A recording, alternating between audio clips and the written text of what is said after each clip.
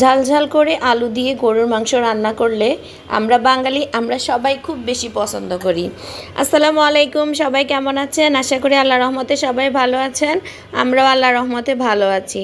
আমার বাসায় মেহমান আসবে, তাই আমি এখানে 8 কেজি গরুর মাংস ঝাল ঝাল করে আলু দিয়ে রান্না করছি। অনেক ভালো লেগেছে খেতে, আর মাংসের কালারটা আসছে অসাধারণ।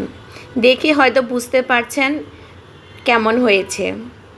আর এভাবে অনেকগুলা মাংস একসাথে রান্না করলে রান্নার টেস্টই অন্যরকম চলে আসছে।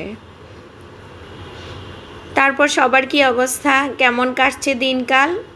আমাদের তো আল্লাহর রহমতে ভালো কাটছে। মেহমান যখন আসে তখন অনেক ভালো লাগে।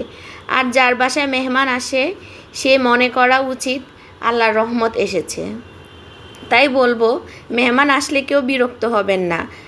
মনের আনন্দে মেহমানকে সুস্বাগতম জানাবেন এবং ভালো মন্দ রান্না করে খাওয়াবেন, মেহমান যেন মনে কষ্ট না পায়।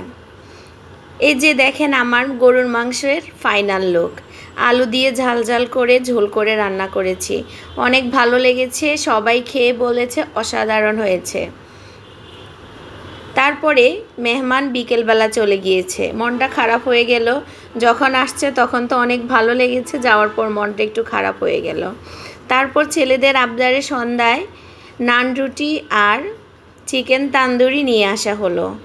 আমি আর বড় ছেলে চিকেন তান্দুরি আর নান রুটি খেলাম, আর ছোট 2 ছেলে চিকেন ফ্রাই খাবে। ওরা আবার ঝালটা একটু কম পছন্দ করে, এজন্য ওরা চিকেন ফ্রাই খেয়েছে।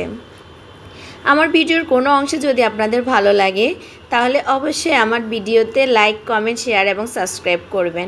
আপনাদের একটি লাইক আমাদেরকে নতুন আরেকটা ভিডিও তৈরি করার জন্য উৎসাহিত করে, আর একটা কমেন্টস দেখে আমরা তো আরও খুশি হয়ে যাই। সবাইকে অসংখ্য ধন্যবাদ। আসসালামু আলাইকুম। আল্লাহ।